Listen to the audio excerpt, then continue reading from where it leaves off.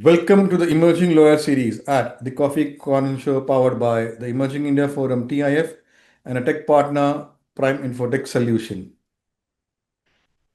Theme is a lawyer's journey, making the law work for people and the soul work for wellness. We have with us Neeha Nagpal, founder, NM Law Chambers. Neha combines her robust legal acumen with a vibrant passion for wellness, philanthropy, and lifelong learning. A recipient of the Forbes Tycoons of Tomorrow Award, BW Legal World's 40 Under 40, and featured in the UN India's Coffee Table book on women in leadership. She proves that one can wear many hats and wear them well, like wellness expert and a philanthropist. In this episode, Neha takes us through a journey as a litigation strategist, angel investor, gut health coach, and an eternal student of life. Get ready to meet the lawyer who is as sharp in the courtroom as she is soulful in her personal growth. So, welcome, Neha, to today's coffee conversation. Thank you. That was uh, quite an introduction. I'm very humbled by it. I hope Yeah, I yeah, can do yeah. justice to all of that. Yeah, so it will help you when you are over here for your thing, and uh, this will be your memories for your lifetime, and this will help you to, what do you say, become in good spirits. So let's begin. Thank, So friends, thank- I'm Lion Amir Virani, host at Coffee Conversation, legal tech evangelist at Prime Infotech Solution. We help law firms, corporate legal, startup SMEs with world-class technology and tech training, and I'm author of 15 books. So, Neha, let me explain you. There are three rounds: professional journey, personal journey, and a surprise. The rapid fire, where you will be in the hot seat and you will get this Shaping Agency book, which will be autographed and sent to you when you're back in India. thank- So, so Neha, my first question: how was the journey shaped up, and what were the key defining moments? Well, I can say that to wherever I am today, I am with a very grateful heart. In fact, I am such a grateful heart that I've actually got it tattooed on my. Now, how can I show this to you? Yeah, listen. Yeah, literally Wow. have got tattooed saying grateful heart. Um, I don't know, I think my journey has just happened, as they say, God proposes, man disposes, or as they say that it's literally the universe that has aligned things for me. Whether it was going to the University of Warwick to study, whether it was my master's there, whether it was my undergrad there, whether it was where I ended up working after that.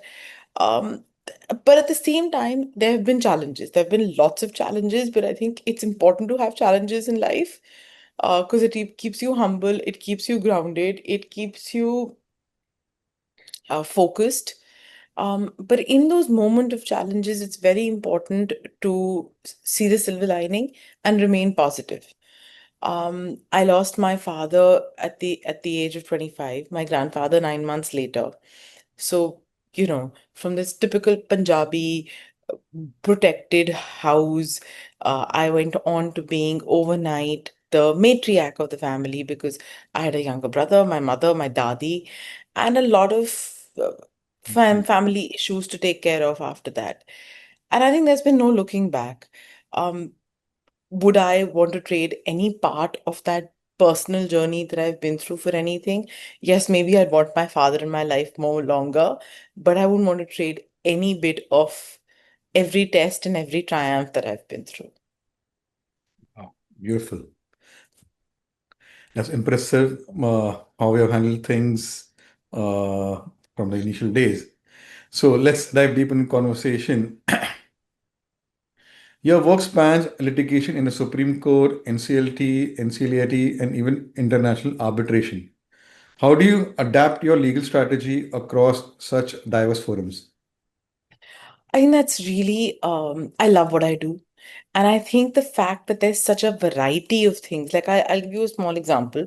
Just yesterday, I was editing a appeal to be filed in the PMLAT, which is the Money Laundering Appellate Tribunal.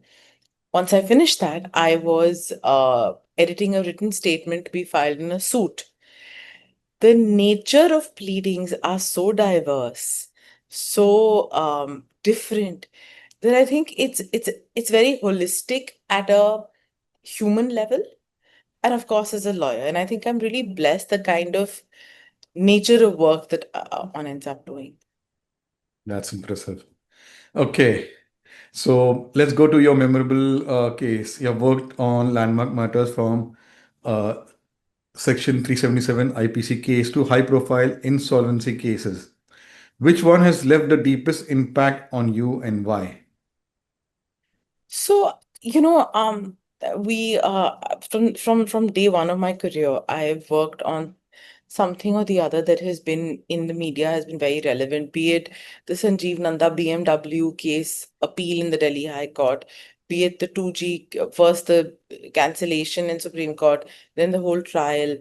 Similarly, coal, um, uh, the SR Steel insolvency, uh, then, of course, the 377, decriminalization of homosexuality.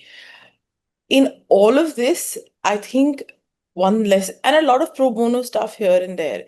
I remember we worked on recently only on a POSCO appeal, where Mhm. somebody is convicted, and his appeal is pending. So half term we had to get him out. I think where you really touch human lives, whether it is 377 or this POSCO appeal, where I had, managed to get the person out on get his his sentence suspended pending his appeal. I think it's in those cases where it's that really touch your soul and touch your heart. And I feel that that's the time you realize that you're actually doing this is a form of seva, it's a form of service to humanity. काम तो होता रहता है. But where you can touch lives, that's where it matters the most. Wow, beautiful. Okay, so from white collar crimes to competition law, you have handled complex cases. How do you stay grounded amidst such high stakes matters? Um, there is something about working hard. I think it's not just about staying grounded, it's also about staying calm. It's also Mhm. about staying committed. Um, I think I'm a type A personality. For me, things have to be organized, things have to be, you have to be doing something productive and constructive. Um, and in that, I think I find some kind of satisfaction. Mhm. And I think in that satisfaction, or, the endorphins that get released internally when you do a degree of hard work. And at the end of the day, when you know you've had a productive day, is when really what matters. When I was studying nutrition from the Integrative Institute of Nutrition, it was an online course in New York. Um, the one concept that has really stayed with me is the circle of is the primary plate and the secondary plate. So primary plate is everything that's off your main food plate. That's your secondary plate. So the primary plate is divided into four quadrants. One is spirituality, two is relationships, three is movement, exercise, four is your work. I try and fit in something on every one of those quadrants in the day. I definitely try to work out when my trainer decides to land up early in the morning. I try and do something spiritual, whether it's meditation, whether it's just doing something for someone, or even if it's going to the mandir, or it's doing japping some mala. I work, of course, consumes most of my day.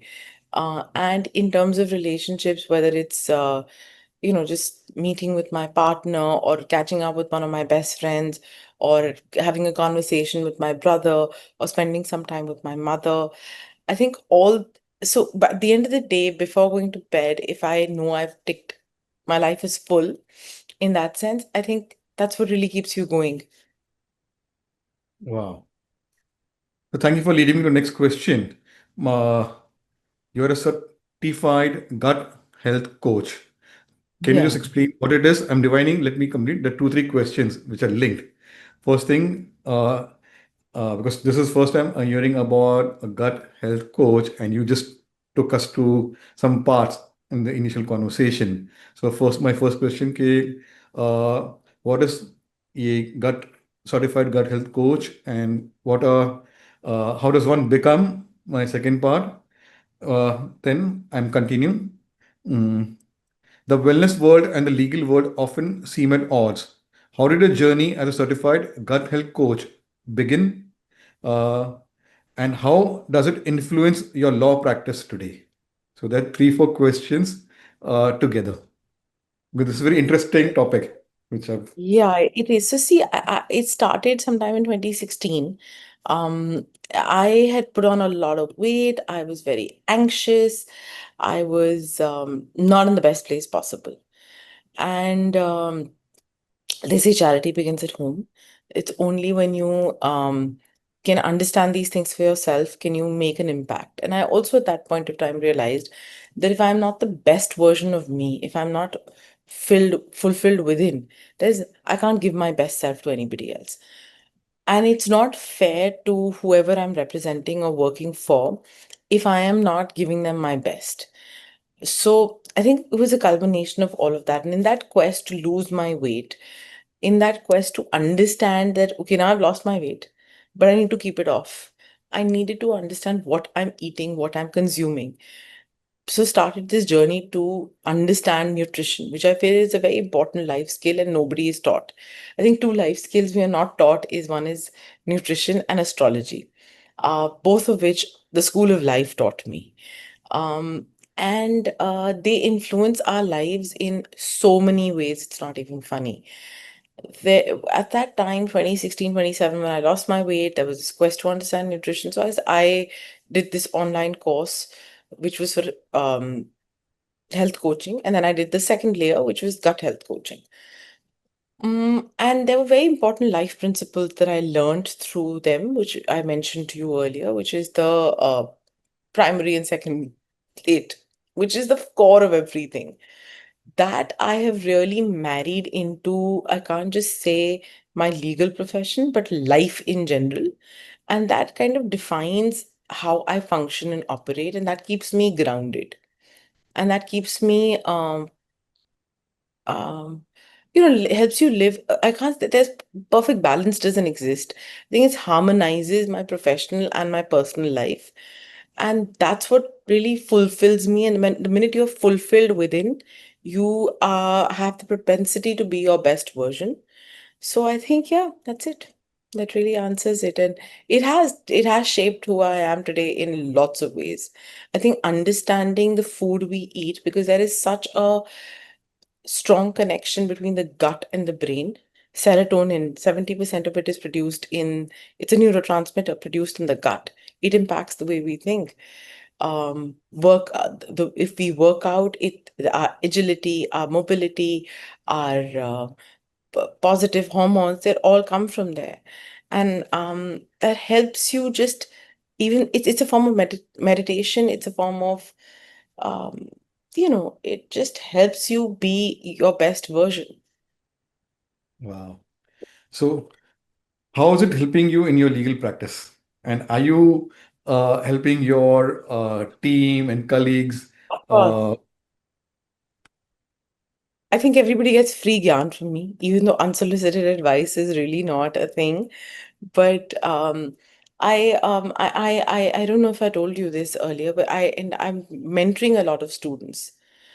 hmm, And through my process of mentoring, I think it's just become second nature. So a lot of my juniors are constantly getting gyan from me, as they call it. And I always tell everybody this. Don't this whole concept of work-life balance doesn't exist. You have to find harmony between the two. hmm, And that comes in taking time out for yourself. Like there have been weeks more recently where I've just worked. I've done nothing but just work. Makes me unhappy. As they say, hmm. all work and no play makes Jack a dull boy. All play and no work makes Jack a stupid boy. I think you have to find time where you need to take out for yourself, where you need to invest in yourself. You need to replenish yourself. Wow. Okay. So, Neha, having studied in the UK, University of Warwick, and worked in India, what are the key differences you have experienced in the legal training and practice across jurisdictions? I think the best thing my parents ever did was to send me abroad to study. The legal education that I got 20 years ago at the University of Warwick has defined my career. My writing skills, my skills to structure a document, all came from there. I think, sorry, the method of teaching is very interactive there. The method of evaluation is very interactive there. It's very mm, real world case driven. And of course, the whole process of living alone, managing your life is really that's when I think you realize that you've subscribed to the school of life. Wow. So, let's go to your next role as an angel investor and a board member. As someone who is also an angel investor and a board member, what intersections do you see between law, entrepreneurship, and leadership? Well, law is all encompassing, right? It's something that impacts every aspect of our lives, personal, professional, mm, medical, educational. I mean, so I think being a lawyer is really mm, aids you, it helps you. It also, being a lawyer is not just about having a law degree, it's also the way it shapes your personality. You start valuing time because you're always running against time. You have to be in court at a particular time when your matter reaches. You have to get your drafts in order. So you're constantly you end up, you value your time, consequently, you value somebody else's time. You also understand that there are situations, you're dealing with probabilities most of the times. So I think as an entrepreneur, you end up thinking of a lot more consequences. As a board member, you and you learn how to evaluate risk better. Um, I think you're just, and also when you're evaluating risk, you're also trying to minimize risk. So you become very solution oriented. I think what I love about the profession that it's made me very solution oriented. Wow. So, Neha, who has influenced you or has been a mentor professionally and personally? Okay, that is one of my favorite topics. I was blessed. My father and Mr. Jaitley, Mr. Arun Jaitley, were childhood friends. Consequently, Arun uncle is, I've always called him, had a very larger than life influence in my life. I He was my mentor before I even knew what a mentor meant. Um, and more so the last 10 years of his life. My father passed away exactly 10 years before him in 2009, and he passed away in 2019. He played a father to my brother and me. And I think the from my father, my grandfather, and him, all three of them who've passed away, I've learned one thing, that in the end, forget the money, forget the assets, all you leave behind is respect and relationships. And I think Wow. that has really defined who I've become as a human being and as a professional. I think the Wow. nicest compliment I have ever got as a lawyer is not, oh, you're smart, oh, you're cutting edge, oh, you know how to get your job done. It's, you're a lawyer with a heart. And I think that's how I'd want to go. If my eulogy has to ever be written, I'd love for it to say she was a smart lawyer with a heart. Beautiful. If you had to define success for the modern lawyer, what would it look like? I think you can't define success in monetary terms because too much money uh, is also leads to a degree of emptiness, I feel. I think it's really having a sense of every quadrant of your life being fulfilled on your primary plate. where you are definitely working hard, you're making good money, you have good and healthy relationships in your life, whether it's with your birth family, whether it's with your chosen family, whether it's with your friends, whether it's with your work team. And I think I'm very proud of the fact that there's no my brother and I have a solid relationship. Like, we're there for each other. Similarly with my mom, with my mother's twin sister and her her children. I mean, they're not even my cousins. I don't process them as cousins. We're siblings, which is just so beautiful.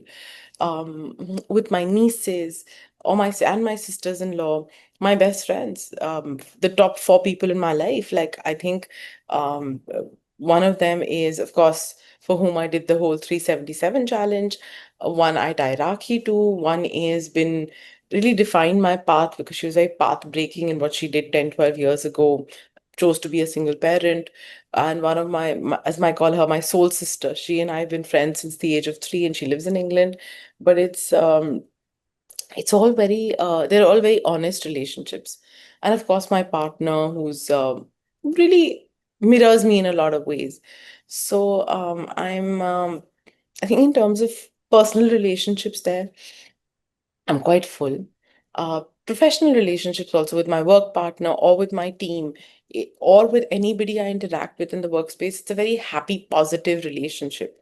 It's well-meaning. So I think that's what really matters. Wow. So, my last question for your professional journey round: what advice would you give to young lawyers who want to build both a niche legal practice and a personal brand? I think you have to define who you want to be. You have to define your values, the values you stand for. It's like you're building a brand, right? Every brand that you deal with, associate with, goes through a journey, but through that journey, they're known for something. So you have to identify what you want to be known for and then work towards that. Wow, beautiful. So, let's go to next round and understand Neha as a person. Uh, you have briefly shared about your family, but if there are anything remaining, you can add your formative years. Uh, I think we grew up in a very good, happy, positive space. Human, helping others was a huge virtue. Um, uh, I think it was spirituality was a huge virtue. Education was important. And it was just generally being supportive of one another.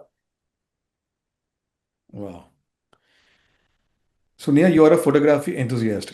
What do you love to capture most through your lens? And what's been the most memorable picture you have taken? Nature.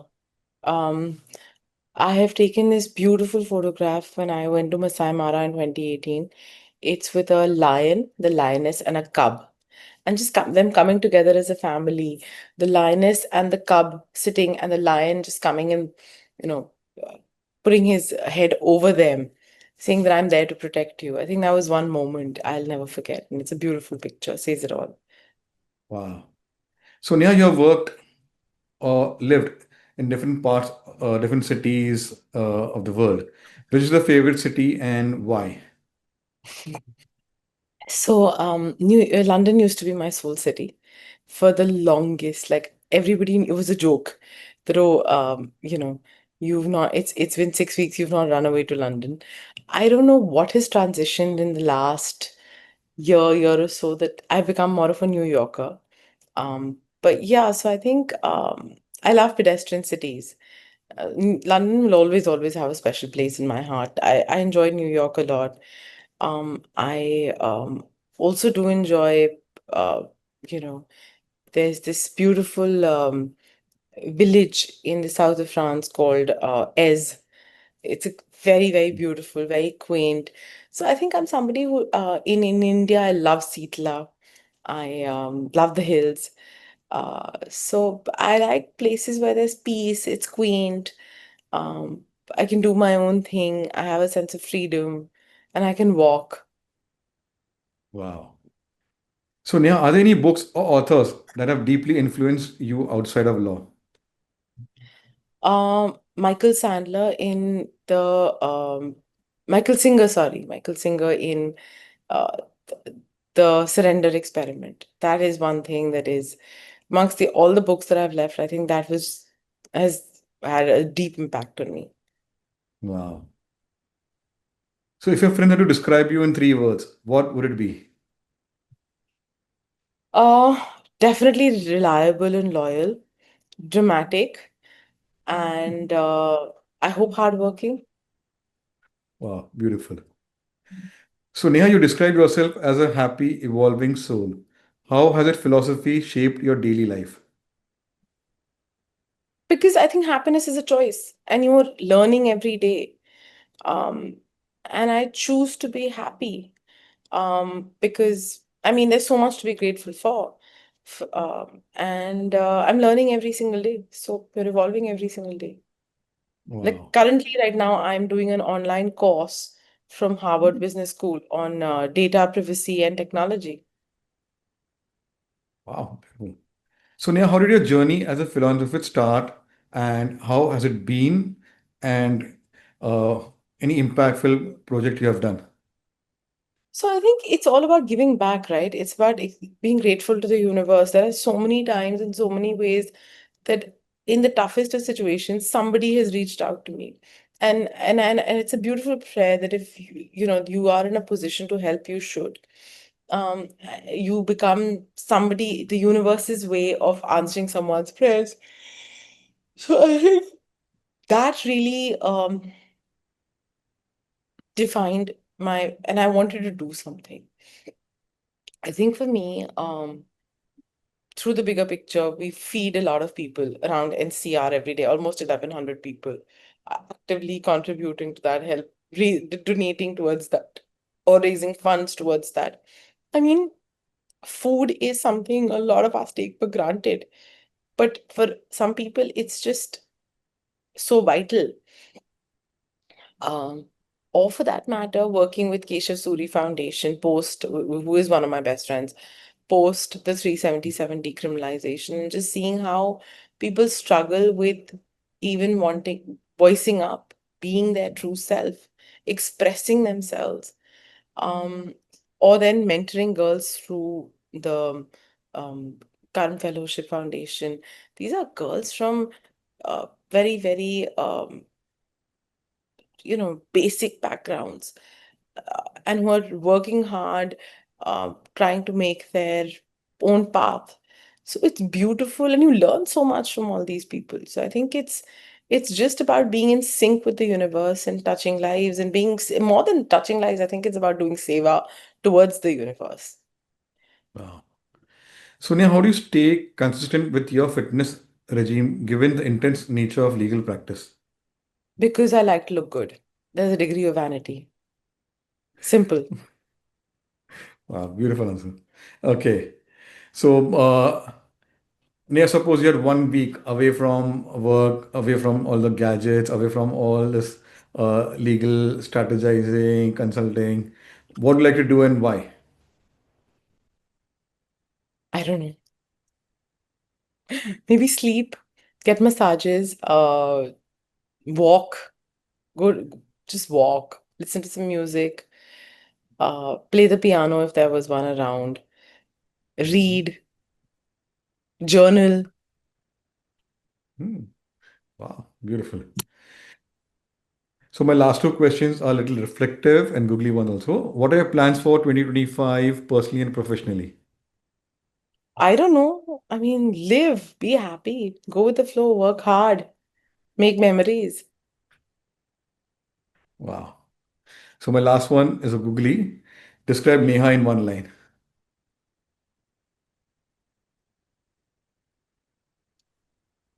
You know, so definitely a happy, evolving soul. And I always say this, the color red defines me the most. It's positive, it's happy, it means love, but it also means danger. So I think a bit of an oxymoron. Wow, beautiful. Okay. So let's put in the hot seat, the rapid fire round. Law or wellness, if you could only choose one for a day.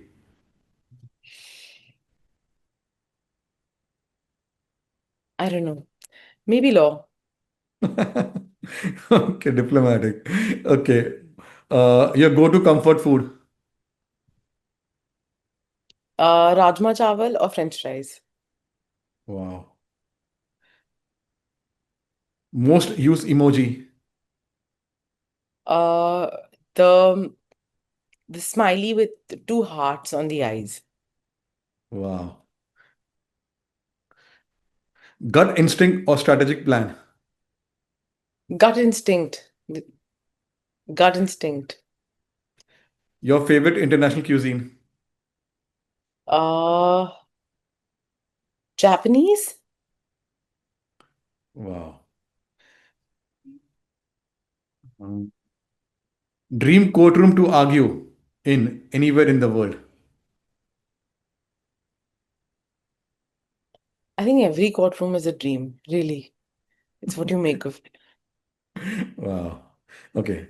Last one. Uh, Coffee or herbal tea to recharge. Herbal tea.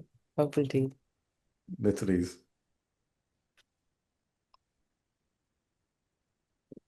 Wow. And you did well. And here's a book which will be autographed and sent to you when you're in India. So, friends, all those legal professionals, not only legal professionals, I would say by dedicating to all women out there, if you want to, Neha shared the ye process steps of building your personal brand because she is having multiple, what do you say, work areas. She's contributing. She's a litigation strategist. She's a board member and what do you say, gut health coach. That is very interesting. New areas ke bhai, as she said ke bhai, your stomach is linked to your brain. Beautiful. So that was a new learning for me. So like that, the coffee, there are five coffee speakers who not only enrich my learning but viewers out there, not only in India, internationally, they have contributed to each one's lives. So subscribe, and if you want to feature like Neha, visit our website, the Emerging India Forum, or LinkedIn page, the Emerging India Forum, or connect with one of our coffee speakers to put in a word and to invite you to have coffee conversations. Thank you. Thank you.